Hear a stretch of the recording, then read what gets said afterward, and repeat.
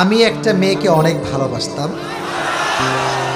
মেয়েটাও আমাকে অনেক ভালোবাসত, কিন্তু মেয়েটা আমার কাছে না বলে পরিবারের ইচ্ছাতে বিয়ে করে ফেলেছে। আমি মেয়েটাকে আমার জীবনের থেকেও বেশি ভালোবাসতাম।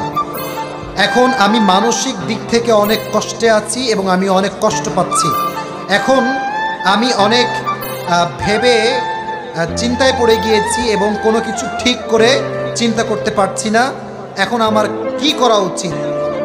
আচ্ছা, এটা যুবক অনেক কষ্ট নিয়ে প্রশ্ন করেছে। আসলে মেয়েদের ভিতরে বেশিরভাগ মেয়েরা আজকাল বেঈমান দ্বারা ভরে গিয়েছে। সবাই না, নট এভরিওয়ান, সাম পিপল। কারণ তোমরা যদি সবাইকে এভরিওয়ান করে দাও, মেয়েরা আমাকে গালি দিয়ে একদম ব্যাকা করে ফেলে দেবে। সব মেয়ে একরকম নয়। এখন যুবক যেহেতু প্রশ্ন করেছে, উত্তর দেওয়ার দরকারটা যুবক ভাইয়েরা আছে না নাই? আমরা কিন্তু পরিপূর্ণ তাফসীরের চ্যাপ্টার নিয়ে কথা বলেছি, এখন জাস্ট প্রশ্ন উত্তরে আছি। অতএব কেউ বাজে মন্তব্য করবার ট্রাই করবেন না। আমার কথা যুবকের জন্য 1 নাম্বার, যে চলে গিয়েছে সে তোমার জন্য ছিল না। যে তোমার জন্য আছে তাকে কেউ কেড়ে নেওয়ার সুযোগই কখনো খুঁজে পাবে না। গেছে তো কি হয়েছে, ও তোমার যোগ্যই তো ছিল না। মনে রাখবা, বেঈমান কখনো কারো ভালোবাসা পাওয়ার যোগ্যতা রাখে না। বেঈমান শুধু ঘৃণা পাওয়ার যোগ্যতা রাখে। সে বেঈমানি করেছে তোমার সাথে। একে তো হারাম রিলেশন করে তুমিও রবের নাফরমানি করেছো, তোমার গার্লফ্রেন্ডও রবের নাফরমানি করেছে। 6টা বছর তোমরা নাফরমানি করেছো। তুমি শুকর আদায় করো, সে তোমাকে ধোঁকা দিয়েছে। কারণ তার ধোঁকার দ্বারা তুমি বুঝতে পেরেছো দুনিয়ার সব মানুষ স্বার্থে দ্বারা ভরপুর হয়ে গিয়েছে, সব স্বার্থপর হয়ে গিয়েছে আজকাল।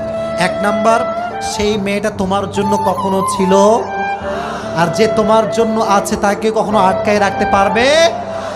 1 নাম্বার। 2 নাম্বার সাজেশন আমার কলিজার টুকরা যুবক, তোমাকে আমি পরামর্শ দিব একটা, এটা হচ্ছে খুব ইফেক্টিভ।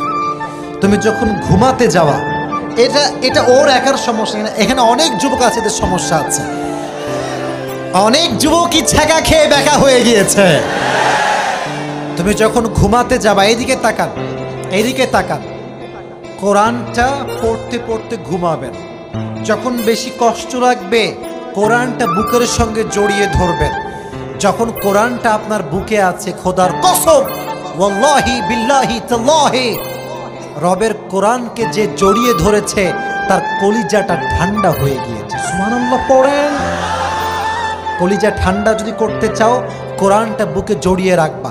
আর 3 নাম্বার, একটা কথা তোমাকে বলতে চাই, একটা গেছো তো কি হয়েছে, বাংলাদেশে মেয়ের কোনো অভাব নাই। তুমি যদি এই চিন্তার থেকে বের হয়ে আসতে চাও, একটা কথা মাথায় রাখবা, তুমি যাকে যত বেশি মায়া করবা, সে তোমাকে তত বেশি কষ্ট দিয়ে ভেঙে চুরে চূর্ণ বিচূর্ণ করে দিবে। মায়া বাদ দাও এসব। তোমার কথা হবে একটা, আমি যাকে ভালোবাসবো সে আমার বউ হবে। দুনিয়ার কোনো সুন্দরী নারী হোক না কেন, সে যদি আমার বউ না হয়, সে আমার ভালোবাসার ভাও খুঁজে পাবে না। অতএব যদি শান্তি পেতে চাও, খুবই দ্রুত ভালো দিনদার নেককার মেয়েকে বিয়ে করে নিবা। আর এস্টাবলিশ হয়ে তুমি তাকে দেখায় দিবা, তুই আমার যোগ্য ছিল না, আমি তোর যোগ্য ছিলাম। আল্লাহ যুবকদেরকে বোঝার তৌফিক দান করুন। সকলে পড়া আমিন।